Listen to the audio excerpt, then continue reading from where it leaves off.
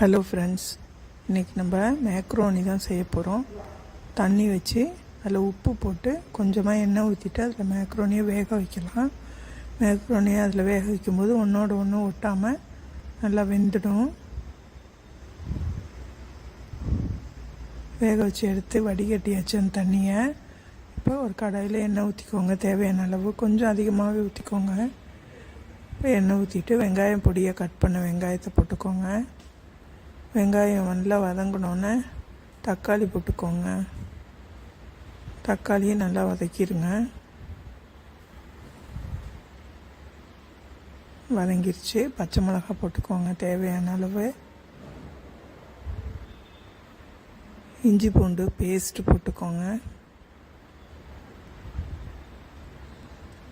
இப்போ கேரட் பொடி பொடியாக கட் பண்ண கேரட் போட்டு வதக்கிட்டு மிளகுத்தூள்,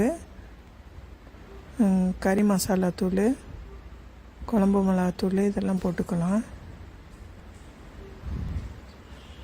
சோம்புத்தூள் இதையும் போட்டாச்சு. இப்போ வெறும் மிளகாத்தூள் போட்டாச்சு. தேவையான அளவு உப்பு போட்டுக்கலாம். இப்போ கொஞ்சம் நேரம் மூடிவிங்கன்னா கேரட் வேகிற அளவுக்கு.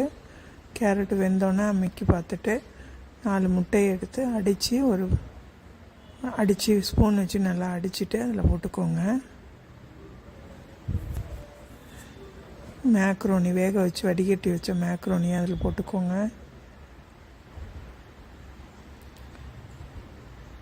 இந்த வீடியோ பிடிச்சிருந்தால் லைக் பண்ணுங்கள், ஷேர் பண்ணுங்கள், சப்ஸ்கிரைப் பண்ணுங்கள். தேங்க்யூ.